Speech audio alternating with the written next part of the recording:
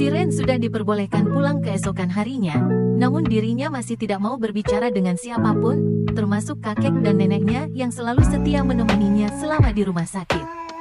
Sekarang Siren sedang berada di kamarnya mengunci pintu dari dalam. Siren benar-benar membatasi dirinya, tak mau turun dari kamarnya dan tak mau menerima telepon ataupun pesan dari siapapun.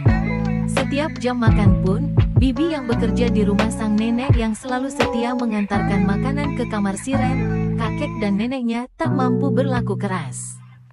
Karena tak ingin kejadian yang lalu terulang kembali, di mana Siren ingin mengakhiri hidupnya.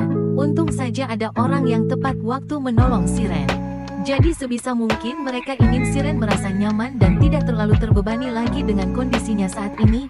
Putri datang setelah pulang sekolah. Sahabat Siren itu sangat khawatir kepada Siren karena tidak berangkat sekolah beberapa hari ini dan tidak ada kabar setelah pulang dari rumah sakit. Assalamualaikum, Nek. Putri menyalami Nenek Misty saat dirinya sudah masuk ke dalam rumah. Waalaikumsalam. Putri, udah pulang sekolah, Nak? Nenek Misty menyapa hangat.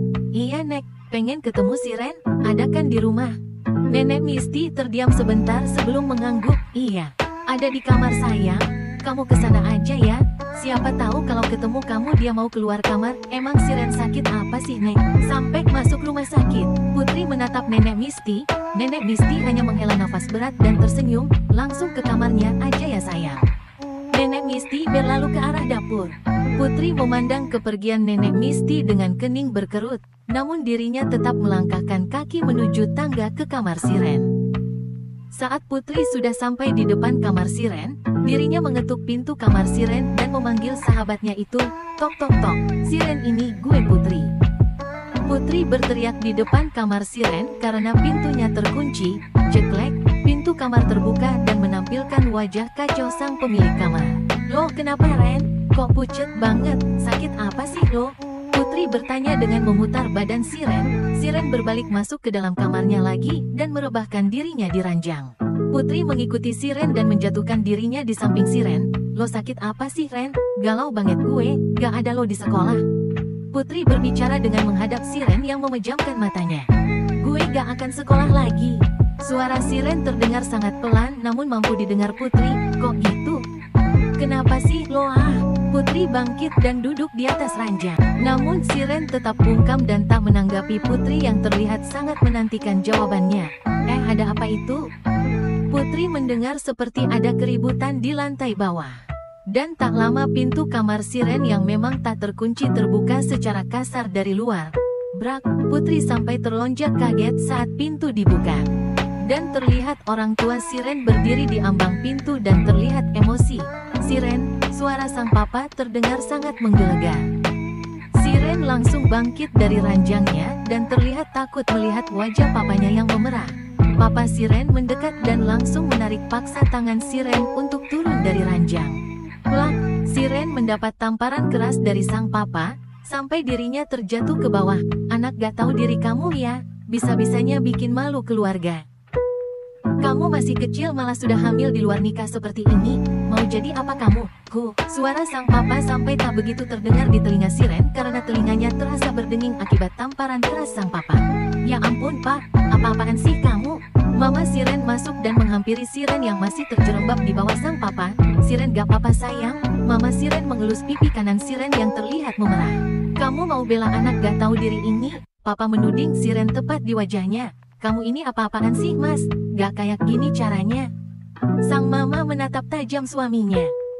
Terus mau seperti apa? Anak kamu ini sudah membuat malu keluarga. Kamu jangan belain dia. Aku gak belain kesalahan Siren. Tapi jangan dengan kekerasan kayak gini juga. Putri yang mendengar keributan itu hanya mampu terdiam. Dirinya bingung harus bagaimana. Dan Putri pun cukup terkejut mendengar penyebab keributan itu karena Siren hamil. Sekarang kamu ikut papa, kita ke rumah bajingan itu, dia harus tanggung jawab. Papa Siren menyeret tangannya untuk keluar dari kamar dan menuju ke lantai bawah. Namun saat sudah berada di ruang depan, Siren menghentikan langkahnya membuat papanya juga turut berhenti. Aku gak mau ketemu dia lagi Padot, aku gak mau nikah sama dia, kata Siren sambil menunduk. Apa? Kamu bilang apa tadi? Gak mau nikah sama dia? Terus kamu mau hamil tanpa suami? Iya. Nada suara papanya sangat tinggi membuat adik Siren yang menyaksikan dari jauh menjadi ikut menangis. Mereka gak menginginkan Siren dan anak ini, Pak. Buat apa Siren ngemis ke mereka? Yang ada Siren ditindas di sana. Kalau kamu gak mau mereka tanggung jawab. Emang kamu mampu ngidupin diri kamu sendiri sama anak kamu itu? Siren terdiam. Dirinya sendiri tidak tahu akan bagaimana menghadapi situasi ke depannya. Herman, jangan bicara seperti itu. Mau bagaimanapun Siren tetap anakmu, ucap Nenek Misty mendekat ke arah mereka. Tapi saya tidak akan mau mengurus anak haram itu, Bu. Terserah saja kalau Siren mau membesarkan anak itu, saya tak akan mau tahu lagi. Setelah bicara begitu, Herman papa Siren berlalu meninggalkan rumah. Astagfirullah, Nenek Misty mengelus dada mendengar ucapan sang menantu. Sayang, Utami mama Siren mendekat dan memeluk Siren dengan air mata yang mulai mengalir. Maafin Siren mama, maaf. Hanya permintaan maaf yang mampu Siren ucapkan kepada sang mama, dirinya pun merasa kecewa dengan diri sendiri. Putri, maaf ya nak, kamu bisa pulang dulu, Nenek Misty berkata sangat lembut untuk menyuruh Putri pulang. Iya Nek, Putri pamit ya. Lalu Putri menyalami Nenek dan Mama Siren dan melirik sekilas ke arah Siren sebelum berlalu pergi. Masuk kamar dulu ya sayang, kata Nenek, kamu masih belum fit. Utami mengelus lembut rambut sang anak. Siren hanya mengangguk dan berlalu ke kamar dengan langkah yang teramat sangat berat. Mengapa semuanya terjadi kepadanya? Ini mungkin sebuah karma yang Siren dapatkan karena selalu menyepelekan nasihat dari sang kakek dan neneknya. Ini juga hasil dari perbuatannya sendiri. Karena sudah berpacaran kelewat batas dan melanggar norma agama. Setelah Siren berlalu, Mama Siren dan Nenek Misty memutuskan untuk berbicara di ruang keluarga. Bagaimana ini, Bu? Kenapa jadi seperti ini? Utami menangis merasakan dadanya yang teramat sesak mengetahui sang putri tercintanya hamil di luar nikah. Maafkan ibu, karena tidak mampu menjaga Siren dengan baik. Nenek Misty turut meneteskan air mata. Bukan salah ibu, ini juga karena aku terlalu sibuk dengan urusanku sendiri tanpa tahu perkembangan dari anakku yang jauh di sini. Kedua orang tua Siren memang sudah diberi kabar kakek Pandu apa yang terjadi pada Siren. Dan mereka langsung memutuskan untuk terbang pulang dengan penerbangan pertama. Lalu bagaimana keluarga Anthony tidak mau menerima Siren? Ibu gak mau Siren tertekan lagi. Kemarin Siren sudah mencoba bunuh diri. Utami langsung menoleh kepada sang ibu dengan terkejut. Apa Bu? Bunuh diri? Nenek Misty mengangguk dan menceritakan semuanya tentang keluarga Anthony yang menyuruh Siren menggugurkan janinnya, dan Anthony yang ketahuan tidur dengan wanita lain membuat Siren tertekan dan putus asa. Untung ada pemuda baik hati yang menolong Siren. Kalau tidak ibu sudah gak tahu bagaimana nasib Siren. Nenek Misty mulai sesenggukan setelah menceritakan semuanya. Utami hanya mampu menetralkan deru nafasnya yang seperti tercekat. Dirinya tak menyangka Siren mampu memutuskan untuk mengakhiri hidupnya.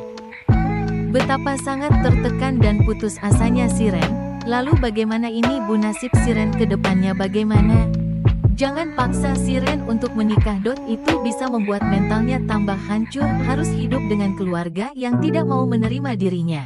Tapi, biar ibu yang mengurus Siren, jika memang suamimu sudah tak mau menerima keadaan anaknya lagi. Ibu. Utami langsung memeluk ibunya dan tangisannya kembali pecah.